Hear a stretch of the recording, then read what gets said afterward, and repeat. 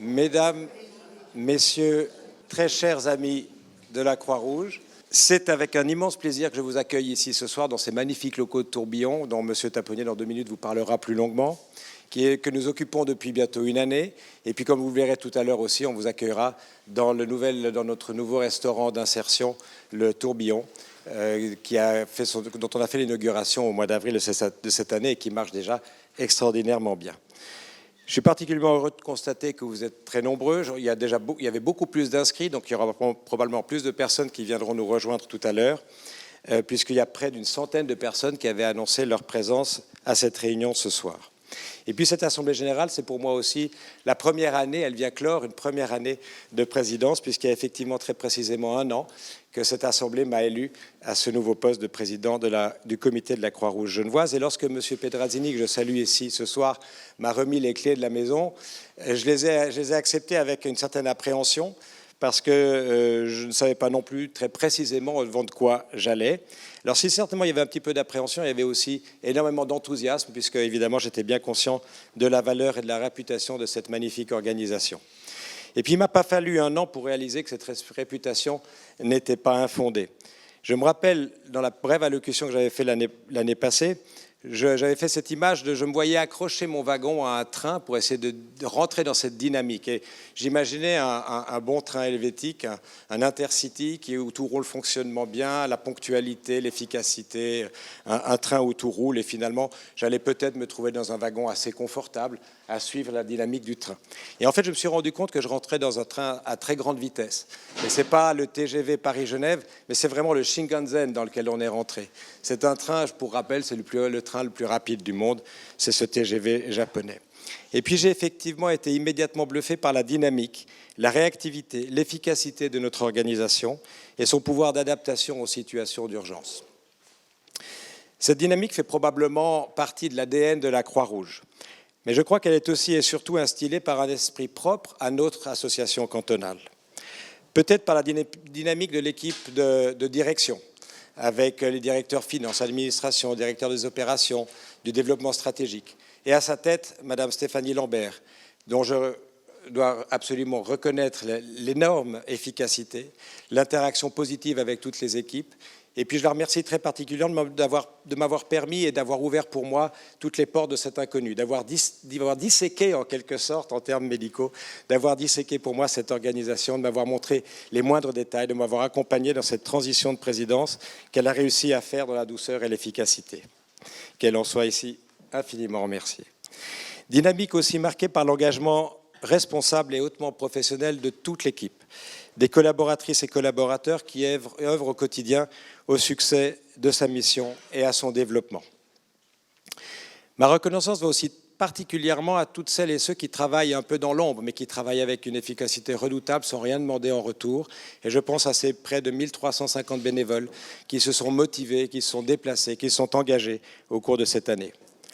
Reconnaissance également aux 7 membres du comité qui m'ont accueilli et entouré avec beaucoup de bienveillance, d'indulgence, de professionnalisme et d'amitié, et qui se sont donnés bénévolement et sans retenue dans les multiples travaux de commissions, de sous-commissions, de comités, de séances extraordinaires, dans des situations qui nous ont parfois retenus très tard le soir, et ce sont des centaines d'heures qu'ils ont passées pour que cette Croix-Rouge soit ce qu'elle est aujourd'hui.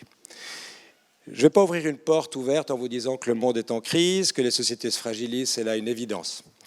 La paupérisation augmente, on la voit dans nos rues, on la voit devant nos portes. Et ce sont 50 000 personnes qui ont frappé à celle de la Croix-Rouge cette année, ce qui représente à peu près 10% de notre population cantonale. En ces années marquées par les crises, l'engagement immédiat des équipes de la Croix-Rouge genevoise est le trait distinctif de l'action de notre association. Peu de temps après le début de la guerre en Ukraine, des milliers de personnes déplacées ont trouvé refuge dans notre canton. Et la Croix-Rouge, plus agile que jamais, a répondu rapidement aux changements provoqués par cette situation incertaine. Et un centre de jour a été ouvert dans les 48 heures ou presque. Des dizaines de personnes se sont mobilisées. Des nouveaux services ont été créés. 7 services particuliers ont apporté leur aide et leur soutien à ces Ukrainiens d'abord, mais aussi et maintenant les Afghans, les Syriens, tous les migrants de la côte est de l'Afrique qui sont nombreux à venir solliciter notre aide, notre écoute, notre réconfort et des orientations de notre part. Si les crises se multiplient, et qu'elles soient économiques, écologiques, humaines, elles n'épargnent pas les grandes institutions, aussi grandes soient-elles, même celles que l'on croyait too big to fail, telles le Crédit Suisse. Et les institutions Croix-Rouge ne sont pas épargnées par ces phénomènes. Il ne vous a certainement pas échappé au cours des derniers mois ou semaines des événements qui touchent le CICR, qui touchent la Croix-Rouge suisse, avec le départ du directeur général et la récente démission de sa présidente. J'aimerais toutefois vous rassurer quant à une chose, c'est que s'il y a une institution qui va bien au sein de la Croix-Rouge, c'est celle-ci. Elle va bien dans sa gouvernance, elle va bien dans ses équilibres financiers, on vous les présentera tout à l'heure. Et j'aimerais aussi partager avec vous les mots que j'ai reçus lors d'un récent échange que j'ai vu avec Madame Schwitz-Federer, où elle m'a dit ces mots-là, elle me dit « Je suis extrêmement fier de votre institution, c'est la meilleure organisation du monde ». Alors peut-être qu'il y a un brin d'exagération, mais enfin c'est très encourageant de l'entendre et je tiens à le partager avec vous. Ensemble, nous sommes une force positive qui peut transformer des vies, inspirer l'espoir, bâtir une Genève plus solidaire, résiliente et humaine.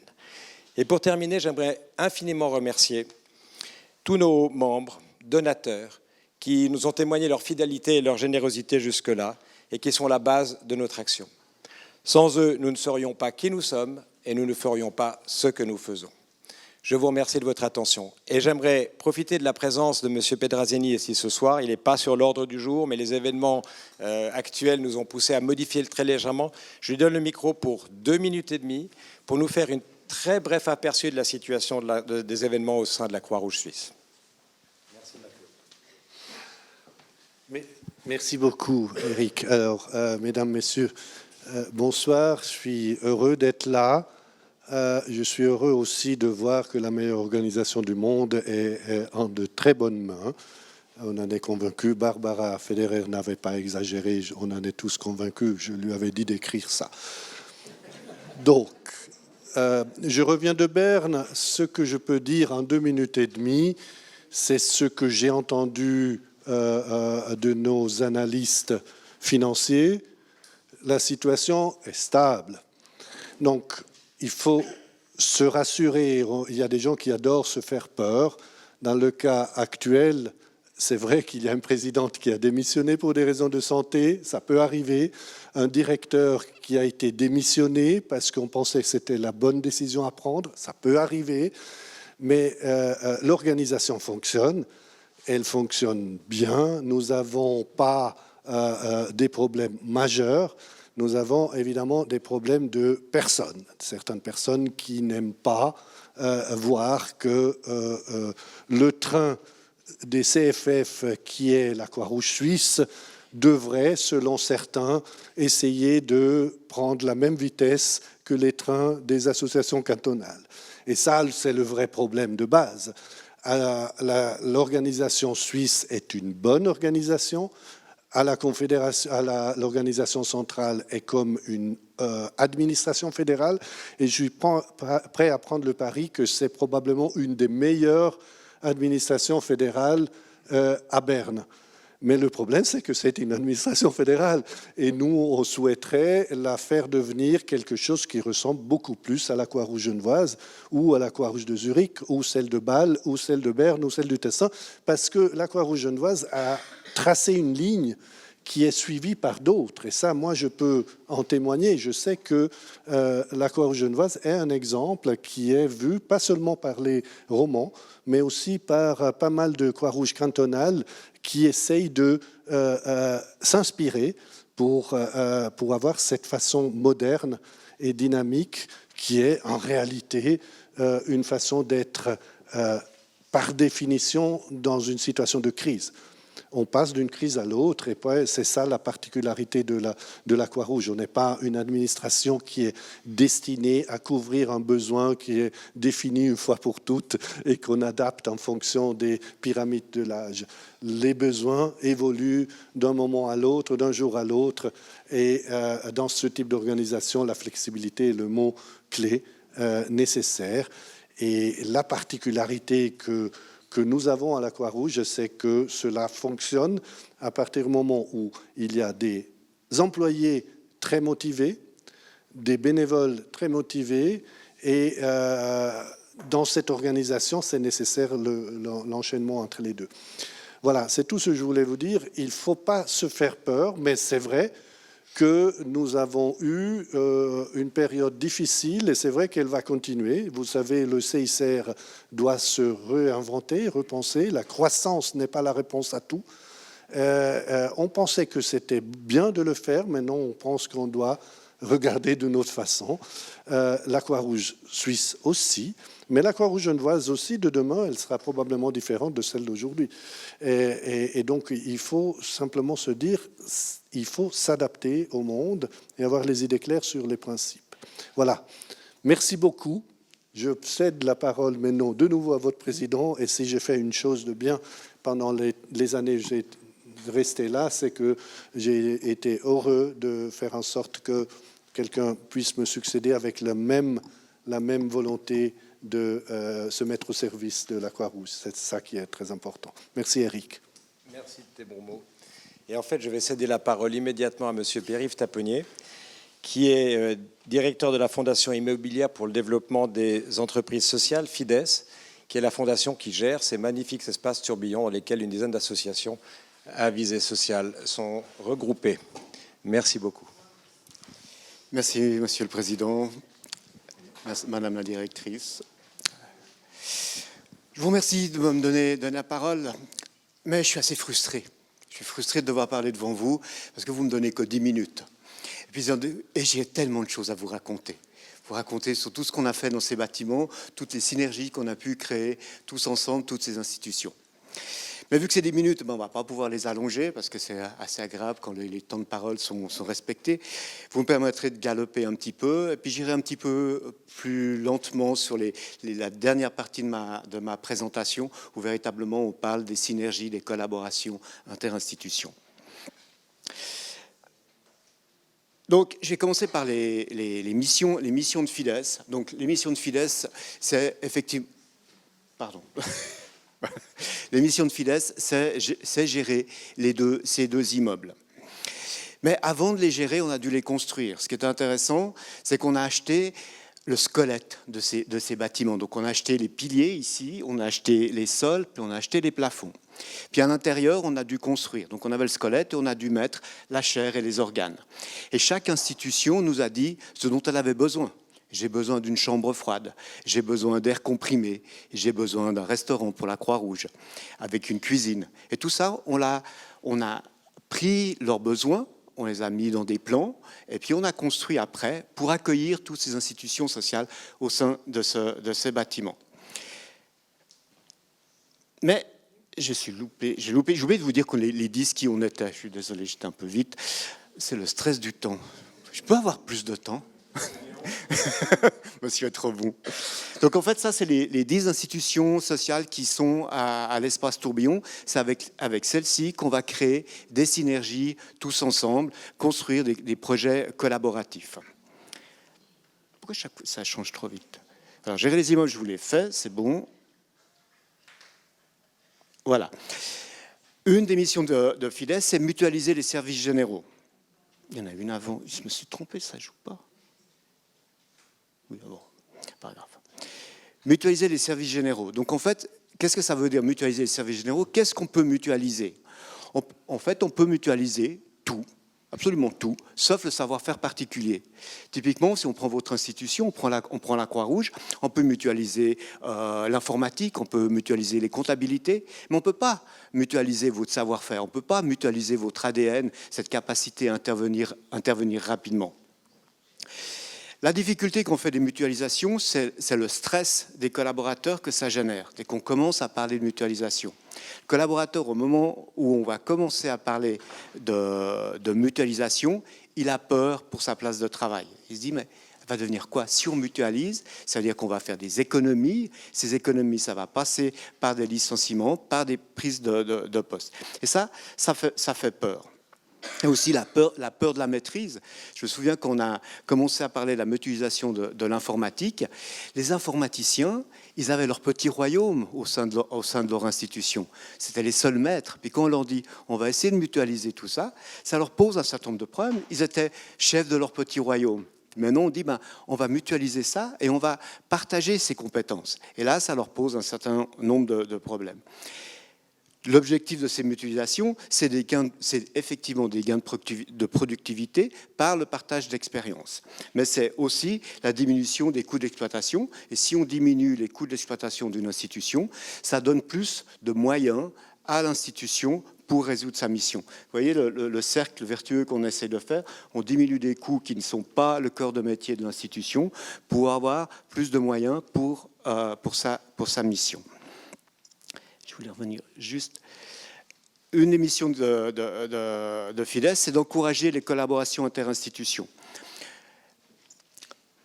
On a toutes les 10 institutions que j'ai nommées tout à l'heure. Ces 10 institutions, pour venir ici, on leur a demandé de faire des collaborations interinstitutions, de se mettre ensemble. Dans les gros projets, on a là une blanchisserie qui est capable de laver 10 tonnes de linge par jour. Donc vous imaginez quand vous avez 7 kilos à la maison, donc 10 tonnes par jour, ça fait beaucoup de cycles de machines, avec une centaine de collaborateurs sur le plateau, qui est détenu par 3 institutions. Elle est détenue par la Fondation Clairbois, Trajet et Pro. Ça, on se dit, la mutualisation, ça c'est génial, c'est superbe, on peut les mettre tous ensemble. Mais quand vous êtes collaborateur, il y a plein de questions qui se posent. Vous avez des cultures d'entreprises différentes. La culture de Pro, ce n'est pas la même culture que Trajet. Et on va mettre des collaborateurs ensemble. Comment on va aligner des cultures pour arriver à trouver une solution commune? Il y a aussi des problématiques de salaire. Quand vous travaillez dans une blanchisserie, puis vous repassez du linge, très vite, vous allez parler avec votre collègue d'à côté, vous apercevez qu'il y a 50 francs de plus, elle gagne 50 francs de plus par mois que vous. Puis là, vous commencez à devoir jouer, à comprendre ces problématiques salariales. Comment on va harmoniser tout ça pour que les gens aient du plaisir à venir travailler. Tout ça, c'est excessivement compliqué. Et puis, pour résoudre ces problématiques, on a mis à disposition des institutions sociales un pôle innovation. Un pôle innovation où on a des collaborateurs qui sont à disposition des institutions pour les accompagner, pour trouver les chemins, trouver des langages communs et des visions communes pour pouvoir résoudre ces problématiques dont je vous ai parlé.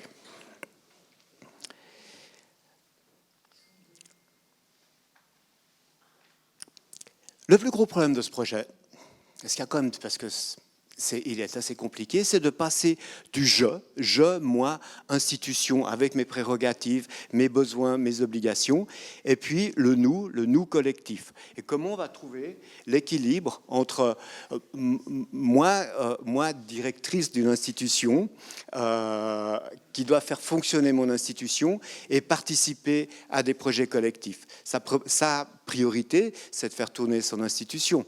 Mais après, elle vient aussi ici pour participer à des projets, collaboratifs. Et là, ça devient excessivement compliqué pour les directeurs d'arriver à trouver cet équilibre entre son institution, les défenses des intérêts de son institution et la participation à des projets collectifs. Maintenant, ce que je voulais vous présenter, c'est le processus d'accompagnement des projets collectifs. Parce qu'en fait, c'est facile de dire on va faire des projets collectifs, on va se mettre ensemble, on va faire des choses. Puis on s'aperçoit qu'il y a un certain processus qu'on retrouve à peu près toujours les mêmes. Alors là, je vous ai fait un processus simple et rapide. Ça commence toujours par une idée. Typiquement, la Croix-Rouge avait été un des initiateurs pour la mise en place d'un SIRH. Donc un SIRH, c'est un système d'informatique pour la gestion des ressources humaines. Donc la Croix-Rouge, elle a un problème et elle vient le présenter au Club des 10. Le Club des 10, donc c'est les 10 directeurs des 10 institutions qui sont là. Et puis elle dit, voilà, moi j'ai un problème parce que je n'ai pas de solution pour mon SIRH. Aujourd'hui, je travaille avec des tableaux Excel et je pense qu'on peut faire mieux en se mettant en développement un outil. Et elle pose la question, est-ce qu'il y a d'autres qui ont la même genre de problématique?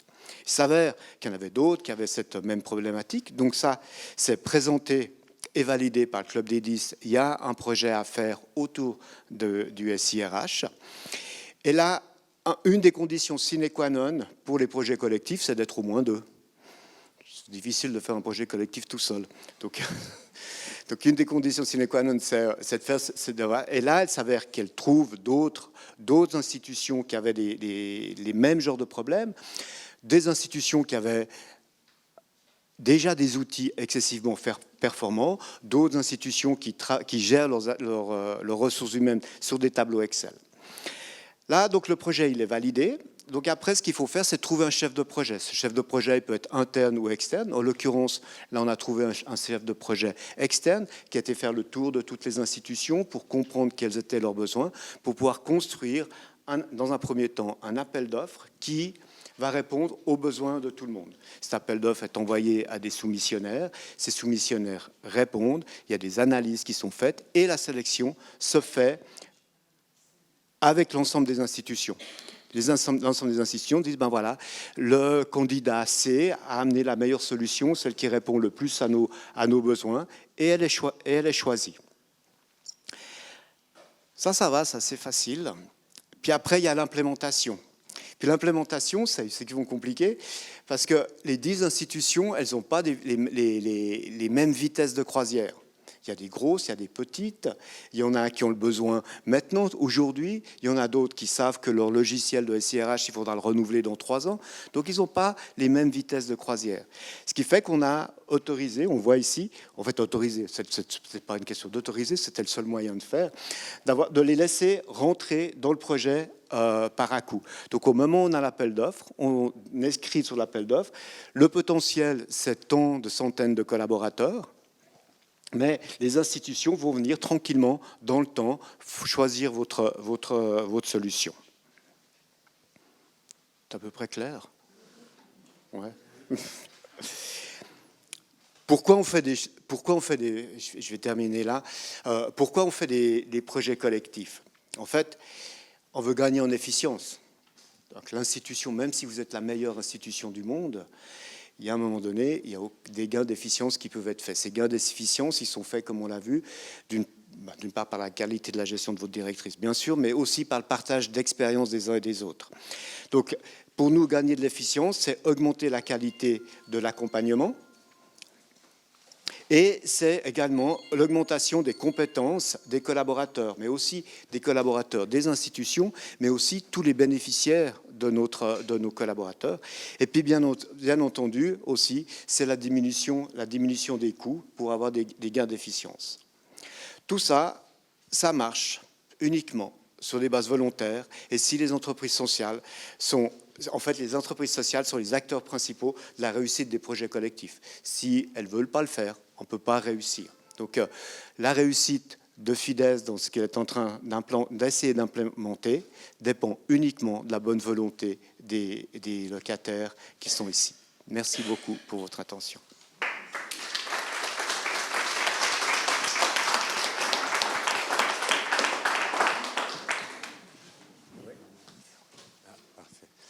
En tout cas, jusque-là, je crois que c'est mission accomplie, puisque les premiers échos sont plus qu'élogieux.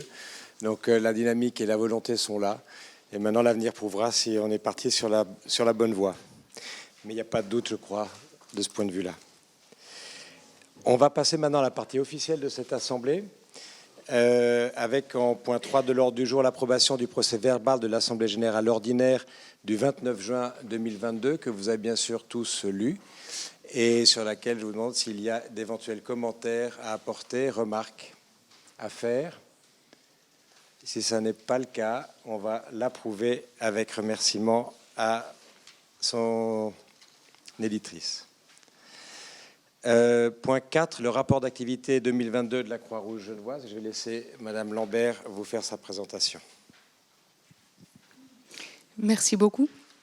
Chers membres, donatrices et donateurs, bénévoles, collaborateurs et collaboratrices et partenaires, Madame, Monsieur, j'ai le plaisir de partager avec vous un aperçu des activités de l'année 2022 et quelques perspectives pour 2023, comme chaque année, brièvement, et sans être en mesure de parler de l'ensemble de la quarantaine des programmes différents. Chaque année, nous tentons d'articuler la présentation des activités autour d'un thème. Alors, cette année sera le thème incontournable de l'intelligence artificielle.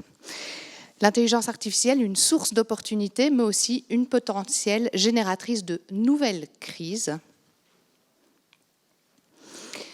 avec les effets suivants: la mutation de l'emploi qui pourrait entraîner davantage d'inégalités, la collecte excessive de données personnelles, l'accentuation des biais et des discriminations existants, les cyberattaques et les manipulations de l'intelligence artificielle avec des conséquences néfastes pour la santé, pour la sécurité, pour les infrastructures critiques, la réduction de notre capacité à prendre des décisions critiques et bien sûr la marginalisation des personnes vulnérables, notamment jeunes ou âgées, qui pourraient être exclues des bénéfices et des services offerts par l'intelligence artificielle. Alors à une époque où un tiers des consommateurs mondiaux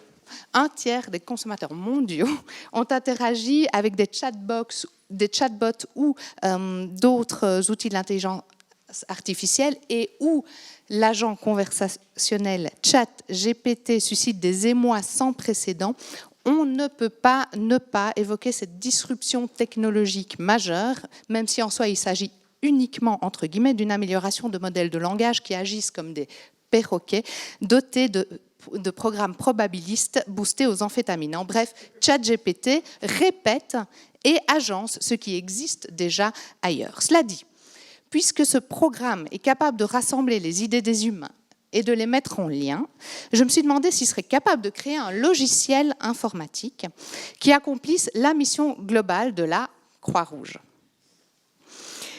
Donc j'ai demandé à ChatGPT la phrase qu'on voit en bas, je vous la lis: « Peux-tu, s'il te plaît, rédiger un code informatique qui favorise la paix et réduit les souffrances humaines ?»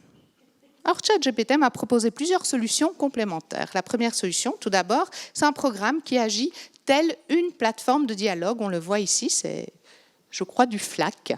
Donc, c'est un système de codage libre, open source sur Internet. Donc, un programme qui agit telle une plateforme de dialogue en ligne pour permettre aux individus, aux organisations, aux gouvernements de partager leurs opinions, leurs problèmes et leurs solutions. Évidemment, le souci, c'est que de nombreuses études ont montré l'importance pour la santé globale humaine des liens directs entre humains, se parler, se regarder, sentir la présence de l'autre, se prendre dans les bras, ce sont des besoins humains essentiels. Alors, en lien avec cette plateforme de dialogue que nous propose ChatGPT, voici quelques exemples de dialogue humain en présentiel de la Croix-Rouge genevoise en 2022. Le service d'interprétariat communautaire et de médiation interculturelle a poursuivi la diversification de ses missions. Il met à disposition de plus en plus d'accompagnants familiaux et scolaires, ainsi que des coachs communautaires en langue d'origine, en collaboration avec notamment le Bureau de l'intégration des étrangers du canton et l'Hospice général. Le but est de faciliter l'intégration des personnes forcées à l'exil. Seniors d'ici et d'ailleurs propose des activités à des personnes majoritairement issues de l'immigration qui sont confrontées à l'isolement et à des difficultés financières à Genève. En 2022, 98 nouveaux bénéficiaires ont porté le total des participants à un nombre record de 186 depuis la création du service. Cette augmentation est évidemment la conséquence des flux migratoires en forte hausse, notamment depuis la guerre en Ukraine. En tout, le service Seniors d'ici et d'ailleurs a organisé 461 événements cumulés en 2022, une hausse importante et un record historique après la baisse durant la crise sanitaire, que la baisse qu'on voit de 2019 à 2020, et puis une reprise, et puis cette hausse, ce record historique, les deux mots records historiques reviennent régulièrement de cette présentation du rapport d'activité. Donc, il s'agit de cours supplémentaires de français, de gymnastique, de yoga notamment. Le centre d'accueil de jour pour réfugiés a été ouvert en avril 2022 en collaboration avec l'Hospice général en réaction à la guerre en Ukraine et accueille aujourd'hui principalement des réfugiés, bien sûr d'Ukraine, mais aussi d'Afghanistan, de Turquie, du Burundi, etc. Il a récemment été décidé de prolonger son ouverture jusqu'en septembre 2024. Une nouvelle convention a été établie avec l'Hospice général. En effet, les demandes d'asile continuent d'affluer. Vous n'êtes pas sans savoir qu'on s'attend d'ailleurs à un nombre encore plus grand de demandes d'asile en 2023 en Suisse par rapport à l'année 2022 qui détenait déjà le record, à nouveau, record historique. Poursuivons notre quête de paix et de réduction des souffrances avec ChatGPT. Alors, il a également proposé la création d'une plateforme d'éducation avec des ressources éducatives sur divers sujets, tels que il propose l'alphabétisation, les compétences en matière de santé, les droits de l'homme, la résolution des conflits, tout cela pour aider à autonomiser les individus, à réduire les souffrances causées par le manque d'éducation. Alors on sait combien cela est essentiel à Genève, comme partout dans le monde bien sûr. Par exemple, les statistiques genevoises montrent un lien direct entre un manque de formation et un risque de recours à l'aide sociale. À la Croix-Rouge genevoise, l'éducation est une activité prépondérante pour favoriser l'intégration sociale et la promotion de la santé. Par exemple, la formation auxiliaire de santé Croix-Rouge est une formation basse seuil, rapide, qui permet une insertion ou une réinsertion professionnelle dans le domaine des soins de base, le plus souvent en EMS. Et il est intéressant de souligner l'augmentation, le travail de l'équipe qui veut augmenter l'accessibilité de la formation pour les personnes particulièrement vulnérables, par exemple des aides à l'inscription informatique qui sont régulièrement organisées, et un autre, parce que c'était une barrière en fait à l'inscription à la formation, un autre exemple que je vous montre ici, c'est l'évaluation de la formation qui a été adaptée pour les personnes qui souffrent de troubles dans leur capacité à lire, comme la dyslexie, un trouble qui ne les empêche pas du tout de fournir avec cœur et professionnalisme des soins de base aux personnes âgées ou en situation de handicap.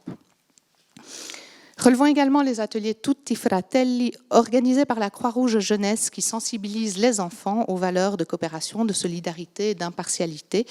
En 2022, un tiers des élèves de 10 à 12 ans du canton ont suivi cet atelier. En 2023, le service d'aide aux devoirs à domicile pour les enfants qui rencontrent des difficultés d'apprentissage se développe, il se professionnalise et il prend le nouveau nom d'Oasis. Ensuite, pour favoriser la paix et réduire les souffrances, ChatGPT propose aussi de créer une plateforme de bénévolat pour s'inscrire en tant que bénévole. Bon.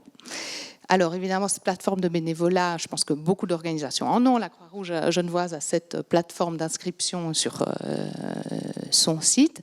Mais c'est l'occasion de parler du travail essentiel des bénévoles dont le nombre a été historiquement le plus élevé, donc un nouveau record historique en 2022, en tout cas depuis que nous en relevons les statistiques. Donc 1399 bénévoles ont été actifs en 2022. Les activités qui fonctionnent avec le plus de bénévoles qu'on voit sur ce graphique, ce sont la Croix-Rouge Jeunesse, les visites aux personnes âgées, le centre d'intégration culturelle et le nouveau centre d'accueil de jour que nous avons ouvert en avril 2022. Le centre d'intégration culturelle fonctionne principalement à l'aide de bénévoles. C'est un lieu de proximité d'échange qui est situé à la rue de Carouge. Il propose des livres en 299, on aime bien les 99, 299 langues et dialectes. On a récemment refait le compte, ce n'est pas inventé. Le centre a proposé en 2022 diverses activités pour promouvoir la lecture et l'interculturalité auprès des enfants et des familles et faciliter l'intégration des personnes migrantes. Chaque décembre, la Croix-Rouge genevoise organise la distribution des très connus paniers de Noël, notamment en collaboration avec les Colis du Cœur qui nous accueillent dans leurs locaux. L'édition 2022 s'est avérée une nouvelle fois tristement exceptionnelle. Cette action a mobilisé 237 bénévoles, soit 1/6 de tous les bénévoles impliqués durant toute l'année 2022, donc 1/6 des bénévoles, alors qu'il y a une quarantaine de programmes différents dans l'association. Et cela alors que les paniers de Noël constituent une seule action, qui plus est de très courte durée, mais donc de grande ampleur, puisqu'elle a soutenu 8 953 bénéficiaires, dont 51% d'enfants et d'adolescents.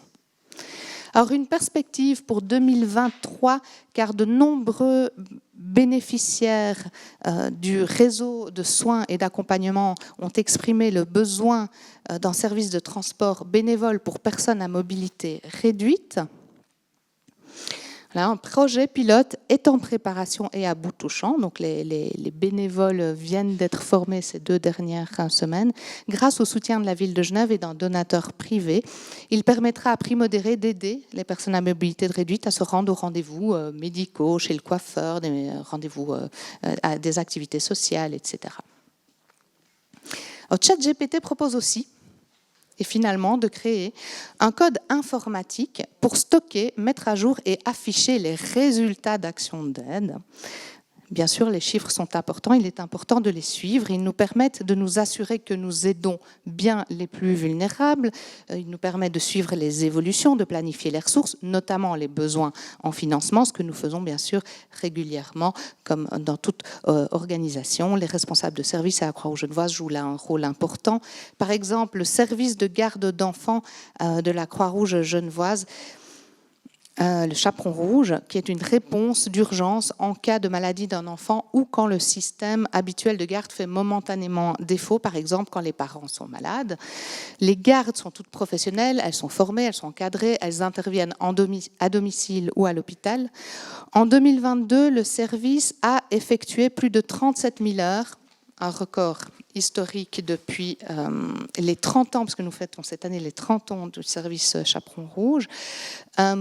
Il intervient, on voit sur le deuxième graphique que le Chaperon Rouge intervient principalement auprès de familles d'enfants de 0 à 4 ans. Alors au-delà des chiffres, il y a la réalité des familles. Le témoignage affiché montre que le service permet d'éviter en fait de basculer dans des situations familiales dramatiques. On est beaucoup dans la prévention. Je lis, donc sans vous, je n'ai aucune idée de la manière dont on aurait pu survivre suite au traitement de mon épouse. Bon. Je rappelle aussi que les bons de respiration du Chaperon Rouge, donc c'est quelques heures de garde juste pour un prix modique de 10 francs, ont été créés pour prévenir le syndrome du bébé secoué. Donc c'est ce syndrome qui survient quand un adulte secoue un bébé par épuisement face à des pleurs qu'il n'est plus en mesure de supporter. Le Chaperon Rouge intervient donc auprès des enfants, mais aussi et surtout auprès des parents pour les soulager quand ils sont à bout. Présence Croix-Rouge, c'est un peu le Chaperon Rouge pour les adultes. Il a été créé il y a 2 années. Il propose des interventions rapides à domicile auprès d'adultes en perte d'autonomie. Il soulage donc aussi d'autres proches aidants, puisque les parents sont des proches aidants également. La plupart des bénéficiaires ont plus de 60 ans, c'est la partie en bleu, mais il y a aussi 8% qui ont moins de 60 ans. Et donc au-delà des chiffres, les difficultés de la vie, ce témoignage montre que les proches aidants ne sont pas forcément cette génération sandwich, proches aidants des enfants et des parents à la fois, mais il peut s'agir également de personnes âgées. Je vous donne un récit vécu à Présence Croix-Rouge. Une proche aidante de 87 ans, très fatiguée, demande un soutien pour s'occuper de sa fille de 56 ans qui se déplace en chaise roulante. Les interventions du service lui permettent de reprendre des forces. La permanence de soins dentaires a clôturé sa première année complète avec 1380 soins dentaires et 908 soins hygiénistes prodigués aux patients qui, sans cela, n'auraient pas les moyens financiers de se faire soigner. Alors, via d'autres statistiques, de nombreuses études confirment, donc, comme je vous l'avais dit, cette fois les bienfaits des interactions humaines. Notre société sera confrontée à de grands défis à l'avenir, et bien que, et parce que, en fait, l'intelligence artificielle marque l'aube d'une révolution touchant de nombreux domaines, il est essentiel de privilégier les échanges de proximité, les véritables interactions entre humains qui comprennent, qui ressentent les émotions, qui ont conscience de l'existence, même en qualité d'action en faveur de l'environnement. Alors là, je ne parle pas du tout d'autre chose, je suis toujours sur le même sujet. En qualité d'action en faveur de l'environnement, des experts parlent de plus en plus de la nécessité de resocialiser la santé. Les liens humains interviennent également en tant que prévention des maladies pour limiter le recours aux soins de santé qui représentent une des sources importantes de pollution. En 2022, la Croix-Rouge genevoise a soutenu précisément, ou presque précisément, 46 000 bénéficiaires, soit près d'une personne sur 10 de la population genevoise, comme l'a relevé le président, et pourtant tant d'enfants, de jeunes, de parents, de personnes âgées encore aimeraient nous dire, comme dans la chanson « Je t'emmène au vent », je voudrais que tu m'appelles plus souvent, que tu sois là de temps en temps. Notre responsabilité aujourd'hui est de nous préparer aux crises en faisant en sorte que l'humanité de la Croix-Rouge genevoise continue à être, comme dans la chanson, de l'amour éternel et pas artificiel. Chers et chers membres, donatrices et donateurs, bénévoles, collaborateurs et collaboratrices, partenaires, Madame, Monsieur, merci de votre attention.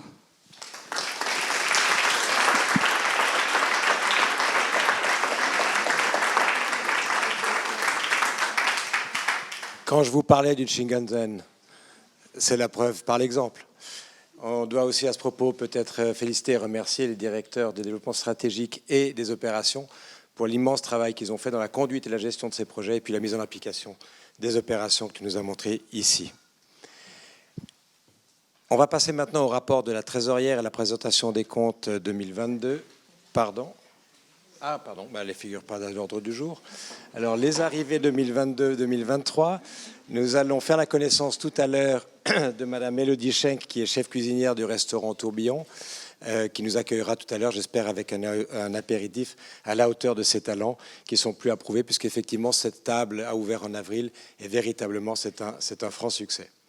On accueille également Monsieur Nicolas Stock, qui est responsable du Centralis, qui nous a fait visiter et montrer l'énorme travail qui s'y développe. Il a ouvert très récemment, puisqu'on est à 1 mois et demi, excusez-moi, on est à près de 2 mois maintenant d'activité. On a déjà une vingtaine de personnes qui occupent l'espace. Je crois avec satisfaction, en tout cas, c'est l'impression qu'ils nous ont donnée quand on a visité l'espace. Et puis j'accueille ici également, et je souhaite la plus cordiale bienvenue à Monsieur Christophe Barras, qui est chargé de projets de recherche de fonds grand public. Il est là, je crois, je l'ai aperçu tout à l'heure. Il est dehors. Bon, très bien. Alors on passe maintenant au rapport de notre trésorière et présentation des comptes 2022. Madame Nathalie Brender, merci.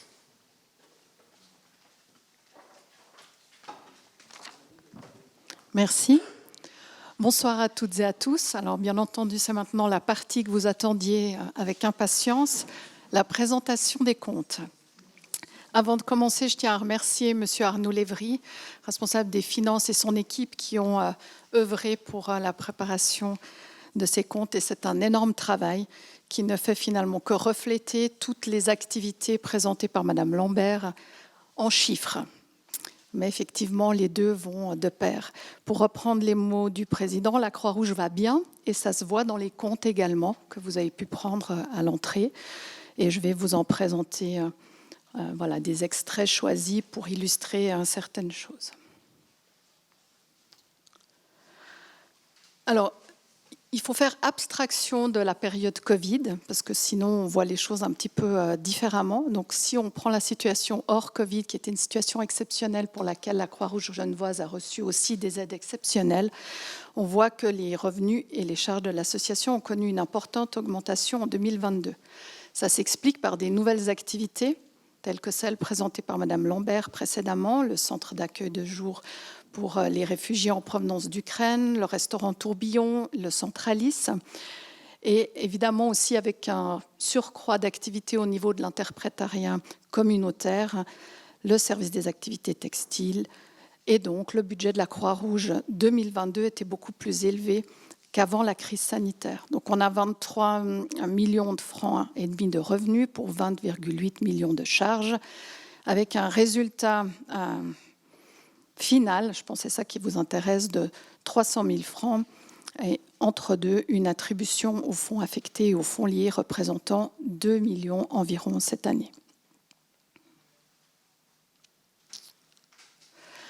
Ici, on voit bien, oui, on voit bien sur ce slide que les revenus augmentent.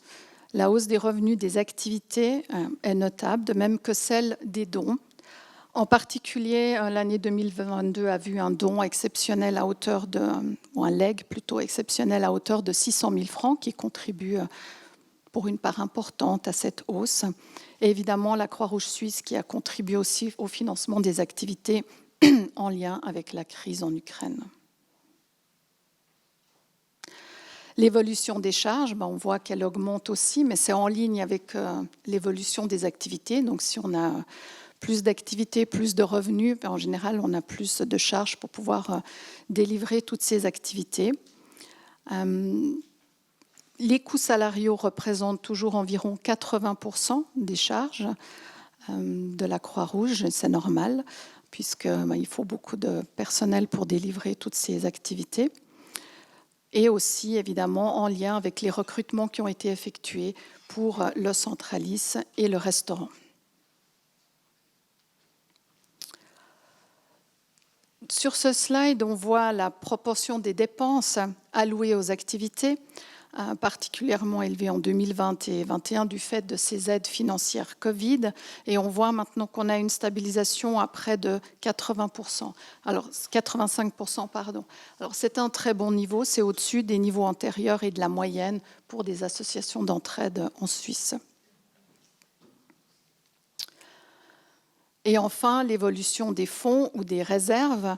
Alors, on voit que le niveau de réserve globale augmente. Ce niveau représente 6 mois d'activité pour les réserves totales et 2,6 mois pour les fonds propres seuls. Alors peut-être que pour vous, ça ne dit pas grand-chose, mais en réalité, c'est rassurant parce qu'il y a un standard qui existe pour les fonds propres qui est de 3 mois. Alors on est légèrement en dessous, mais on a un niveau tout à fait suffisant pour faire face aux activités de la Croix-Rouge et rester agile, réactive et indépendante. Et puis, sur le total des réserves, on voit qu'on est à 6 mois, ce qui est aussi au-delà du seuil minimal de 3 mois qui est préconisé notamment par le ZEVO, qui est l'institution qui certifie les organisations à but non lucratif dans certains domaines et qui émet aussi des standards ou des bonnes pratiques en matière de compte. Voilà, j'ai terminé ma présentation et je vais passer la parole à Madame Sautier, puisqu'on enchaîne. Donc, vous avez eu les comptes et puis maintenant, vous avez Madame Sautier qui assure la révision des comptes.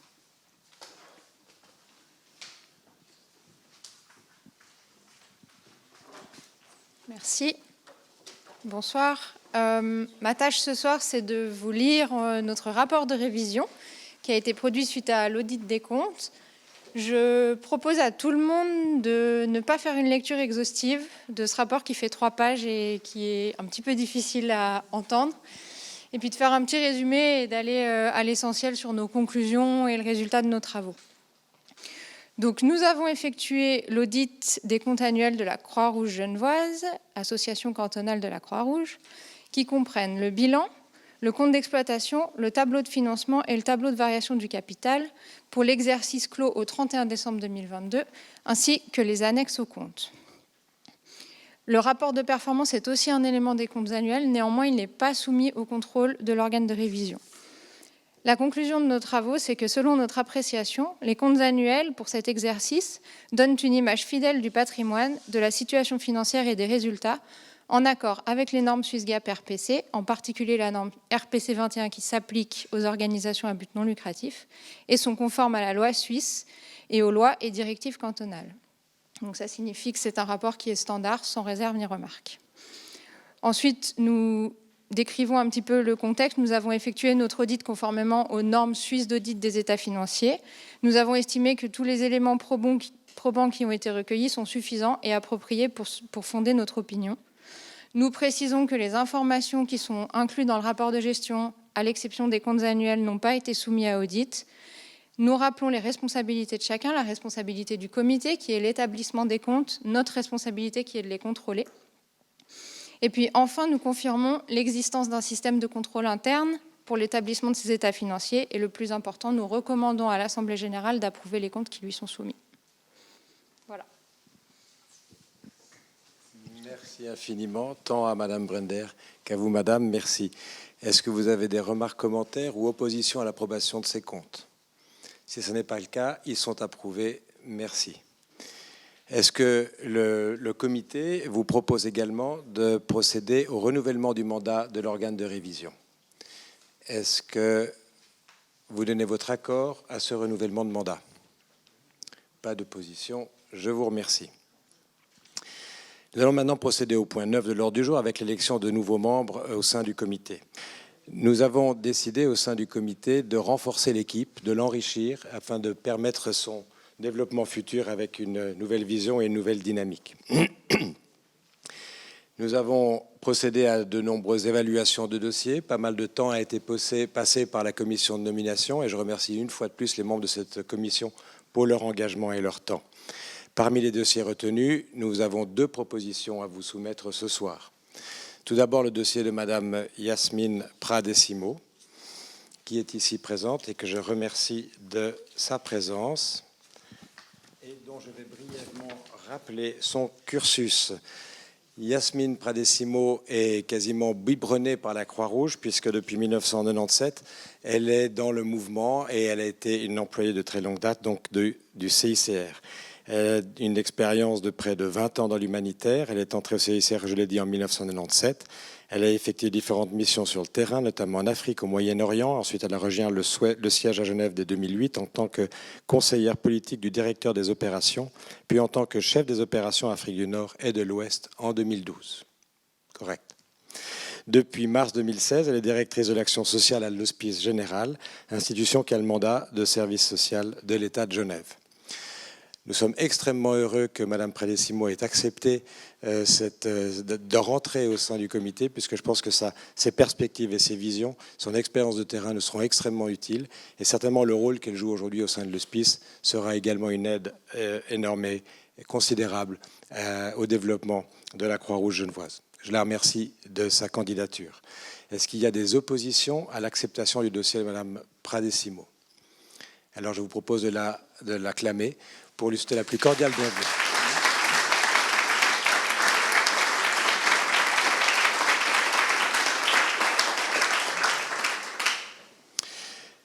Deuxième candidat, M. Matet, Blaise Matet, je pense qu'il n'est pas besoin de le présenter. Mais en fait, c'était un peu compliqué parce que j'ai essayé de trouver, compte tenu de l'impact, enfin du temps qui nous a été donné, de trouver un CV un peu court. Mais c'est difficile de résumer son parcours en disant simplement peut-être qu'il est docteur en droit et titulaire du brevet d'avocat, et puis qu'il est établi à Genève où il a été directeur de l'affaire. Bon, ça serait finalement la partie simple. Mais c'est beaucoup plus compliqué que ça parce que son CV, sa biographie doit faire à peu près 32 pages. Je pense qu'il y a un tome entier sur qui est M. Blaise Matet. Il a été directeur général de la Fédération des entreprises romandes, la FER à Genève, l'équivalent du MEDEF en France, le syndicat patronal, et il est finalement le patron des patrons. Il l'a été à cette position jusqu'au 1er juin 2023 et il s'en lancera le secrétaire général jusqu'en septembre 2023. Il a dirigé l'affaire de Genève depuis 2007 jusqu'à cette année. Il est actuellement vice-président et trésorier de l'Organisation internationale des employeurs, président le groupe des employeurs d'Europe et d'Asie centrale. Il est membre titulaire du conseil d'administration de l'Organisation internationale du travail, l'OIT, et délégué des employeurs suisses à la conférence internationale du travail, toujours le CIT, qu'il a vice-présidé en 2012. Il fait partie du conseil de fondation des immeubles pour les organisations internationales, membre du comité d'économie suisse, de l'Union patronale suisse et membre de la Chambre suisse des arts et métiers. Il a également été membre et président de différents conseils. Je les passerai parce que je pense que la liste est trop longue. Il a publié de nombreux ouvrages, de nouvelles références, de nouveaux livres. Je m'arrête parce que je vais devoir boire un peu d'eau. Est-ce qu'il y a des oppositions à la candidature de M. Matet? Que celui qui ose s'opposer lève la main. On va donc le remercier et l'acclamer également. Merci beaucoup.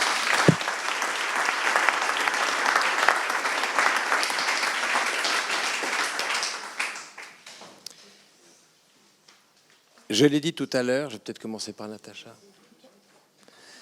Il y a une photo pour Natacha? Non? Alors on la passe. Voilà. Madame Natacha da Silva Montenegro a été membre du comité depuis 2 ans maintenant. Elle a fait un mandat qui a été renouvelé. Et, et au bout de 2 ans, le représentant de la Croix-Rouge Jeunesse qui siège au sein du comité doit laisser le siège à quelqu'un d'autre. Donc, Natacha, merci infiniment de ton implication au sein du comité. On a travaillé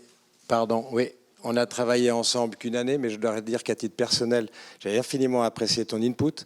Et on a une tout petite souvenir à te donner. Tu connais le principe du panier cadeau d'insert. Alors, il y a quelques vitamines, je pense. que tu trouveras à la sortie au départ. Merci infiniment.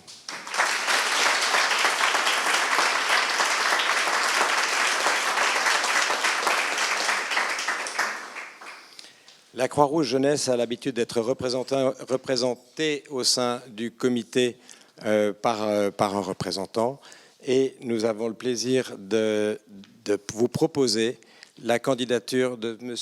Mpo Ramazina Désir. Voilà. Je ne sais pas où a disparu ma feuille, mais je prends volontiers la tienne. Désir Mpo Ramazina est diplômé du master en statistique de l'Université de Genève. Il travaille actuellement en tant que gestionnaire d'applications fonctionnelles au Comité international de la Croix-Rouge. Il fait partie du comité de la Croix-Rouge Jeunesse depuis 2018 en tant que responsable des formations Croix-Rouge Jeunesse. Il rejoint le comité en tant que membre représentant jeunesse de juin 2020 à juin 2021 et représente depuis l'année 2020 la Croix-Rouge genevoise en tant que délégué de la Conférence nationale des associations cantonales, la CNAC, de la Croix-Rouge suisse, ainsi que délégué à l'Assemblée générale de la Croix-Rouge suisse. En combinant bénévolat et engagement professionnel, il s'engage à renforcer les capacités des bénévoles et du grand public. Et il participe très régulièrement au Young Leaders Forum organisé par la Croix-Rouge suisse. Donc une magnifique candidature, un très beau profil. Je le remercie d'avoir de cette portée candidat. Et si vous êtes d'accord, on va également l'acclamer pour lui souhaiter la plus cordiale bienvenue.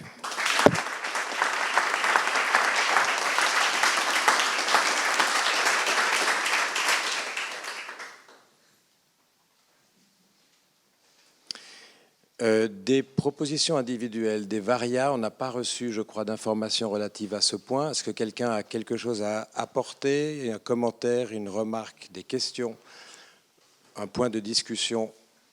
Si ce n'est pas le cas, on va passer à la partie suivante, qui est la présentation de la stratégie 2020. Eh oui, j'aimerais bien que ça soit celle 2020. Ça nous rajeunirait tous de 10 ans. Donc on vous présente en avant-première finalement le produit de travail. La stratégie va donc vous dévoiler ce soir son avenir.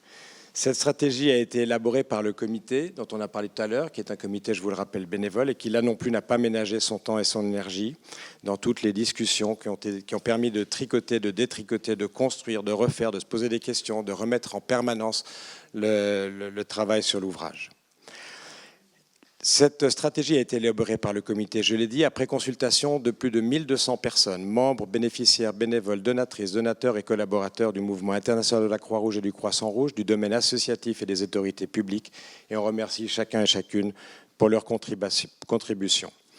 Elle a été pensée après une analyse poussée des enjeux internes d'une part et externes d'autre part, sur les nouvelles vulnérabilités et les tendances générales.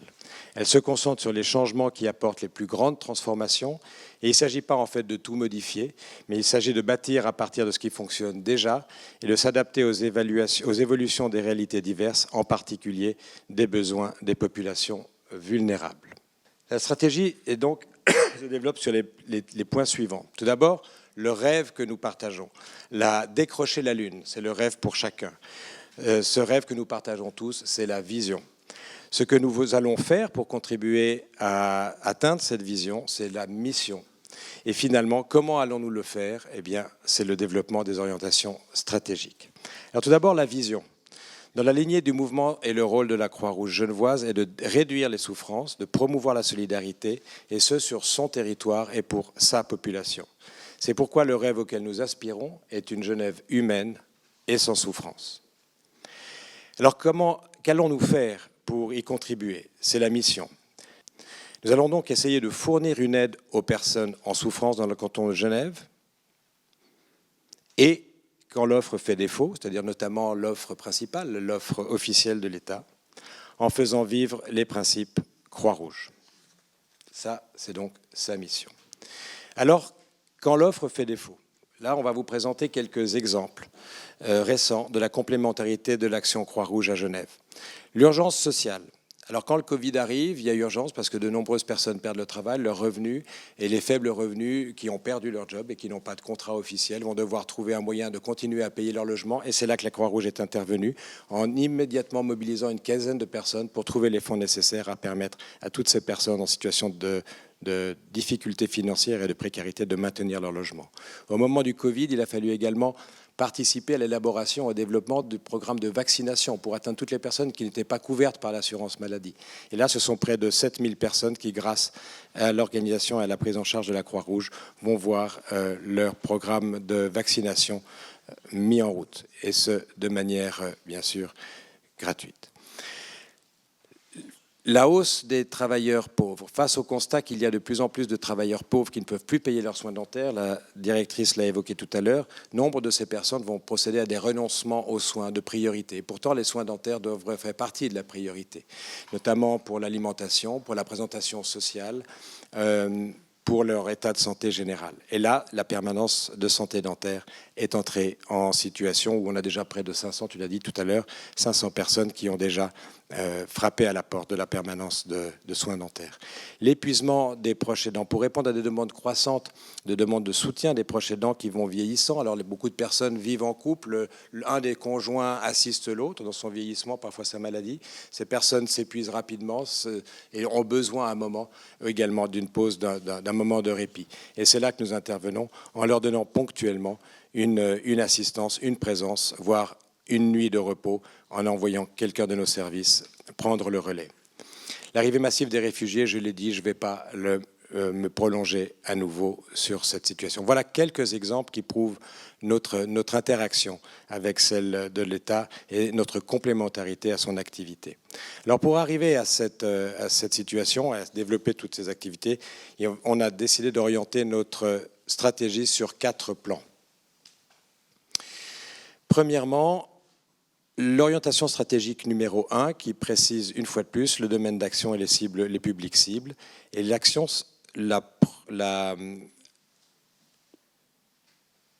face aux besoins croissants de la Croix-Rouge genevoise, veut plus que jamais concentrer ses efforts sur celles et ceux qui ont besoin de nous et dans des domaines où la Croix-Rouge bénéficie d'expertise.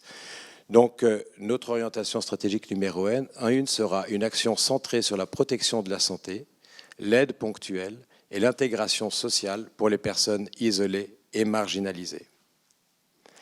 Alors, quelques explications peut-être sur les différents thèmes abordés. La promotion de la santé, c'est prévenir les problèmes de santé par des campagnes de sensibilisation, des prestations qui favorisent l'accès aux soins, aux programmes de formation, la promotion de l'activité de santé, la lutte contre l'obésité, notamment l'obésité chez les jeunes, parmi, bien sûr, d'autres thèmes qui pourront être développés. L'aide ponctuelle, c'est aider à surmonter un moment difficile, on en a parlé tout à l'heure, grâce à une assistance temporaire. Je l'ai dit, le répit ponctuel, l'accompagnement pour les déplacements, pour les personnes à mobilité réduite ou en difficulté ou qui appréhendent la confrontation à la foule, les aider à remplir des formulaires administratifs, leur donner l'assistance d'un écrivain public. Beaucoup de documents administratifs sont aujourd'hui numérisés et cette fracture numérique qu'on observe beaucoup chez les personnes âgées et chez beaucoup de personnes également d'origine non locale, recours à nos services par le service de l'interprétariat et des activités de médiation interculturelle. Les actions d'intégration sociale, réduire les obstacles qui empêchent les personnes d'être intégrées à Genève par des programmes de formation, d'activités de loisirs, de découverte, des prestations d'interprétariat, services de conseil et d'orientation. Voilà, ce ne sont que jetés comme ça un peu à la hâte des exemples parmi beaucoup d'autres. Maintenant, qui est le public cible? Les personnes isolées, les personnes marginalisées. Alors les personnes isolées sont évidemment les personnes qui sont en situation de solitude, qui manquent d'aide. Les personnes qui élèvent seules leurs enfants, beaucoup de couples monoparentaux, les personnes âgées, les personnes en perte d'autonomie, peu ou pas aidées par leurs proches, les enfants et jeunes qui souffrent de troubles de l'apprentissage, les proches aidants surchargés. Les personnes marginalisées sont celles qui sont exclues ou mises à l'écart de la société en raison de leur appartenance à un groupe particulier ou leur situation économique et sociale. On passe à la deuxième orientation stratégique. La deuxième orientation répond à l'évolution des besoins et en particulier à l'augmentation de leur caractère d'urgence. Afin de se préparer aux futures crises, et qu'elles soient migratoires, sanitaires, énergétiques, sociales, économiques et climatiques, la Croix-Rouge genevoise va développer sa capacité de réponse face à ces situations de crise. Elle sera ainsi encore mieux prête à intervenir de manière rapide et efficace, tout en maintenant les prestations actuelles déjà engagées, et tout cela en tentant de déstabiliser le moins possible ou de ne pas déstabiliser son organisation. C'est difficile de dégager tout à coup. Il y a l'urgence, il y a l'Ukraine, il faut dégager du monde et des personnes, et on va les prendre où? On va les prendre sur des postes qui sont déjà occupés à d'autres activités. Donc on va essayer de se préparer à ces situations d'urgence qui s'accumulent et qui se superposent, de manière à altérer le moins possible le maintien des activités en cours. Notre orientation stratégique numéro 2 sera donc une réponse dans l'urgence aux situations de crise. La Croix-Rouge genevoise est préparée pour agir avec réactivité. Elle s'adapte rapidement aux évolutions des vulnérabilités. S'agissant maintenant de la troisième orientation. Alors, la troisième orientation, il faut dire peut-être en préambule que la Croix-Rouge bénéficie d'un très grand réseau de volontaires, de bénévoles, de membres et de donateurs. Et s'il y a peut-être une situation dans cette période de crise qui est peut-être un point peut-être positif, c'est que les gens se sont terriblement mobilisés par un élan de forte solidarité. Si vous faites une recherche sur Google, les internautes du monde entier n'ont jamais autant cherché comment aider. Comment aider lors des incendies en Australie? Comment aider le mouvement Black Lives Matter? Comment aider pendant le Corona? Comment aider le Liban en déroute? Donc cette forte mobilisation, on la sent également ici à Genève et on l'a vu notamment avec l'Ukraine où beaucoup de gens ont ouvert leurs portes, se sont mobilisés. Malheureusement, cette solidarité, elle est souvent de courte durée. Et puis les gens sont sollicités de toutes parts parce qu'évidemment, nous ne sommes pas la seule organisation. Il y en a beaucoup qui frappent à la même porte et on le verra aussi plus tard pour ce qui s'agit du bénévolat. Dans cette période de grande évolution, c'est plus que jamais l'opportunité pour la Croix-Rouge genevoise de se positionner en qualité d'acteur clé dans le bénévolat et l'humanitaire local, d'attirer de nouveaux donateurs et bénévoles, de les fidéliser, ainsi que de promouvoir les valeurs humanitaires et les 7 principes fondamentaux. Notre troisième orientation stratégique est donc un acteur de référence qui mobilise la solidarité. La Croix-Rouge genevoise développe et soutient l'engagement de ses membres, des bénévoles et des donateurs, envers sa mission et ses projets. Elle promeut les principes fondamentaux du mouvement et prépare son avenir en mobilisant la jeunesse. Quatrième et dernière orientation. La Croix-Rouge est solide, on l'a dit. Elle est professionnelle, elle est efficace depuis bientôt 160 ans. Toutefois, les changements s'intensifient et s'accélèrent. Les besoins augmentent, les technologies évoluent très vite, par exemple dans le monde de l'emploi, qui connaît une mutation sans précédent, notamment avec l'automatisation. Les tâches qui ne nécessitent pas des compétences émotionnelles ni des capacités artistiques ou créatives sont plus aisément automatisables, ce qui crée évidemment un stress pour les employés qui risquent de perdre leur emploi et de voir des situations de difficultés financières ou sociales arriver. Au niveau climatique, en bas à gauche de votre écran, c'est juste pour rappeler les mots de M. Antonio Guterres, secrétaire général des Nations Unies, suite au dernier rapport de l'Organisation météorologique mondiale, où il fait état d'un rapport effrayant et d'ajouter qu'il faut agir en toute urgence afin de stabiliser notre climat et mettre fin à notre guerre contre la nature. Il est donc devenu indispensable pour toute organisation, et la nôtre parmi les autres, de prendre la responsabilité de ses impacts sur la société au sens large, notamment du point de vue environnemental. Ainsi, en plus de respecter et de promouvoir les principes fondamentaux de la Croix-Rouge genevoise doit affirmer son engagement envers l'humain et l'environnement en cherchant à avoir un impact positif sur la société. Notre quatrième orientation stratégique est donc une organisation efficiente et responsable. La Croix-Rouge genevoise utilise les ressources à disposition de façon efficiente. Elle s'engage à élaborer une politique de responsabilité sociétale des entreprises. Alors vous l'avez vu, les 4 grandes orientations stratégiques que nous avons retenues vous ont été présentées. Bien entendu, elles vont maintenant être déclinées en objectifs stratégiques qui seront eux-mêmes développés en objectifs opérationnels directement en lien avec nos opérations sur le terrain. Voilà, j'ai essayé de faire le plus court possible, le plus synthétique possible. Le travail a été énorme et une fois de plus, 1000 merci à tous ceux qui ont contribué à cette préparation. Merci de votre attention.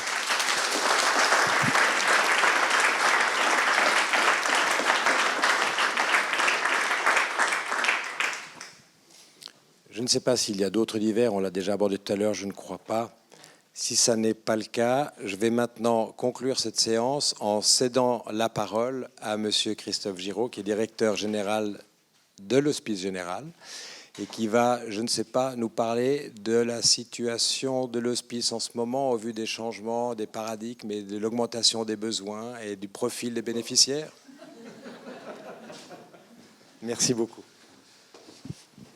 Merci. Merci et bonsoir à toutes et à tous. Évidemment, c'est toujours difficile de passer le dernier. On m'a donné 10 minutes, je vais le faire en 7, parce que j'imagine que tout le monde a envie d'aller goûter les bonnes choses qui nous attendent en bas au restaurant. Donc, je vais être le plus bref possible. Alors, mon exposé, c'est à moi de passer les... OK. Oui, volontiers, parce que moi, je sais faire qu'une chose à la fois, comme tous les hommes. Voilà. Oui, le sujet est à peu près ce que le président a dit. Tout d'abord, qu'est-ce que c'est l'hospice? Très brièvement, là, on passe le slide, crac. Voilà.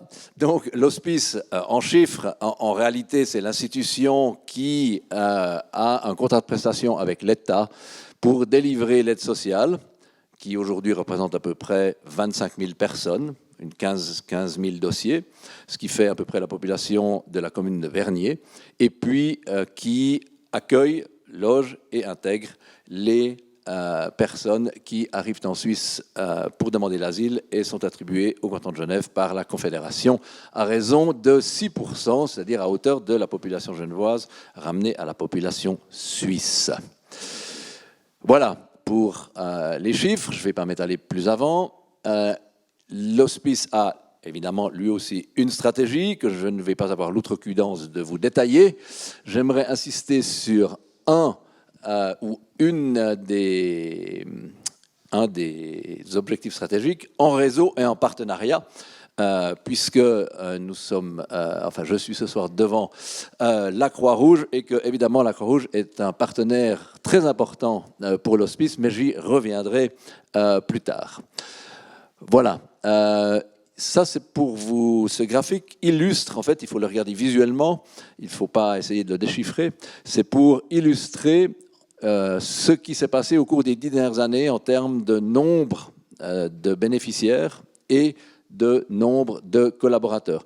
Il a été dit tout à l'heure que la croissance n'est pas la réponse à tout, et vous en avez une illustration derrière moi. Effectivement, nous avons un challenge de croissance rapide, j'allais dire, et je vais le dire, trop rapide, et donc beaucoup de défis qui nous attendent pour la maîtriser, voire se transformer.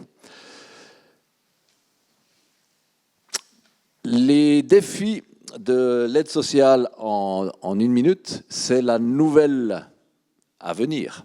Loi sur l'aide sociale à la lutte contre la précarité. Les débats ont commencé au Grand Conseil ce soir. Je viens d'apprendre qu'ils se sont bien déroulés et que le vote est prévu pour demain. Donc, je me croise les doigts, puisque cette loi, nous avons énormément participé à la rédiger. Elle reprend beaucoup de nos propres expériences, de nos propres... je dirais, vision sur comment délivrer l'aide sociale à Genève. Et donc, j'espère qu'elle sera votée demain. Ça ne va pas être une révolution, mais ce sera une évolution très souhaitable et souhaitée. L'accompagnement social individuel, ça peut paraître posé comme ça un défi un peu incompréhensible. En réalité, il est très, très important parce que, comme toutes les administrations publiques, l'Hospice Général a tendance à mieux savoir que les gens qu'il aide ce qui est bon pour eux ou elles. Et donc, quand on parle d'accompagnement social individuel, c'est véritablement se rapprocher de nos usagers, mieux les comprendre pour pouvoir mieux les aider, et chacun par rapport à ses besoins personnels, par rapport à ses besoins propres. Parce que le défi, évidemment, quand on aide des gens qui sont à l'aide sociale, c'est de les sortir le plus rapidement de l'aide sociale. La fin du dossier usager, ça c'est par rapport à la comment je vais appeler ça, ne rigole pas, merci Yasmine, à la grosseur actuelle de l'hospice, qui, quand on dit administration qui a grossi rapidement, on dit administration, on dit procédure, on dit processus, en fait on dit lourdeur administrative, on dit noyade dans l'administratif. Donc, nous avons certainement un défi énorme de nous simplifier radicalement. Et nous allons commencer par ne plus être la bibliothèque de tous les usagers que nous avons à l'aide sociale, parce qu'aujourd'hui, pour caricaturer la situation, nos collègues accordent sans doute plus d'importance à constituer le dossier avec tous les documents dedans que d'aider les gens qu'ils devraient aider. Donc nous allons tenter de renverser ce paradigme assez radicalement dès le 1er janvier. Je reviendrai l'année prochaine vous dire, si je suis encore là, comment ça s'est passé. Et voilà donc pour la simplification administrative, mais il y a évidemment plein d'autres choses à simplifier, plein d'autres processus à simplifier dans notre administration et à l'hospice. Ensuite, les défis de l'aide aux migrants. Alors, évidemment, c'est les actuels flux migratoires en provenance de l'Ukraine, même si en provenance de l'Ukraine, il y a une légère stabilisation. Mais en revanche, il y a une crise migratoire dans le domaine de l'asile. Je rappelle juste que pour les personnes en provenance de l'Ukraine obtenant un permis S, qui n'est pas dans le domaine de l'asile, mais c'est de la protection temporaire. L'asile est un autre mécanisme où on demande l'asile pour obtenir le droit de résider en Suisse de manière pérenne. Voilà, et donc c'est dans ce deuxième, dans l'asile, que nous avons maintenant un afflux migratoire très important qui a déjà commencé l'année dernière, qui ne fait qu'augmenter. On le sait, on sait ce qui se passe en Méditerranée, on sait ce qui se passe en Italie, on sait ce qui se passe en Grèce. Donc on sait ce qui nous attend à partir de la fin août, parce que le temps que les gens arrivent dans les centres fédéraux et soient envoyés dans les cantons, donc on s'attend à être submergés littéralement à partir de la fin août et jusqu'à la fin de l'année. On tente de se préparer, je dis bien on tente parce que comme on a déjà dû faire face à la crise migratoire, l'arrivée de tous les Ukrainiens, on en a à peu près, nous, Hospice Général, en hébergeons à peu près 3200. Évidemment, on arrive presque au bout de nos capacités d'inventer des hébergements pour ces personnes, puisque nous avons même dû transformer la halle 7 de Palexpo en grand dortoir.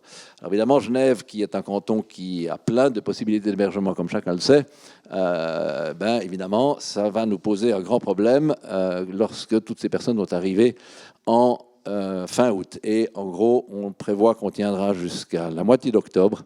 Ensuite, nous ouvrirons des abris de protection civile, même si ce n'est pas quelque chose qu'on aime faire. Et puis ensuite, on passera aux réquisitions. Et là, on va bien rigoler. Et puis, évidemment, lorsqu'on parle de crise migratoire et d'afflux, on se concentre, comme je viens de l'expliciter, beaucoup sur l'hébergement, et je dirais presque malheureusement, parce qu'en réalité, le défi, il est dans le mot suivant, c'est intégration.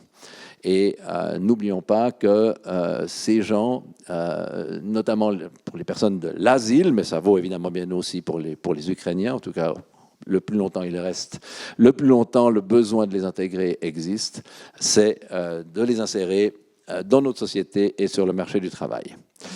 Voilà pour les défis des deux politiques publiques dont l'hospice a la charge. Et puis alors, en conclusion, notre partenariat avec la Croix-Rouge genevoise, des exemples de ce partenariat, la résidence Alice, qui est cette nouvelle résidence près de la gare, avec une capacité de 24 lits, où il y aura des jeunes, que ce soit des jeunes issus de l'asile ou des jeunes de l'aide sociale.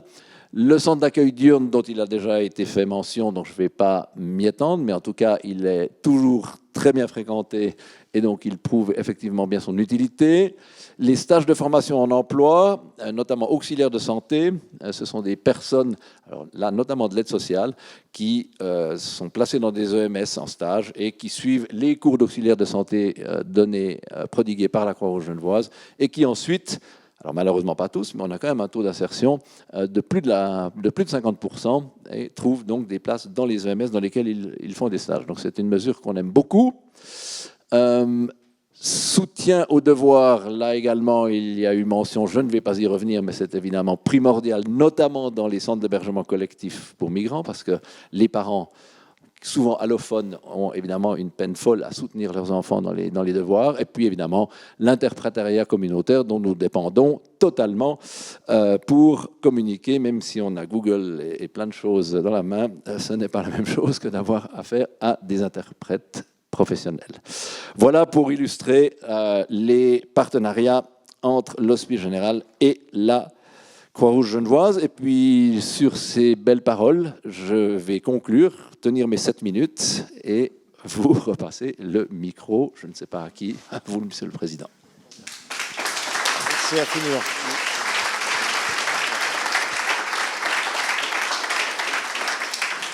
Merci infiniment. Oui, on se rend compte que les enjeux sont énormes. Je crois que pour moi, cette première année a été une mise en bouche et je me rends compte que le plat de consistance va suivre. Alors, je vous remercie infiniment toutes et tous d'avoir été présents à cette assemblée et je vous invite maintenant à rejoindre Madame Schenk qui nous attend au 6e étage pour la suite des festivités.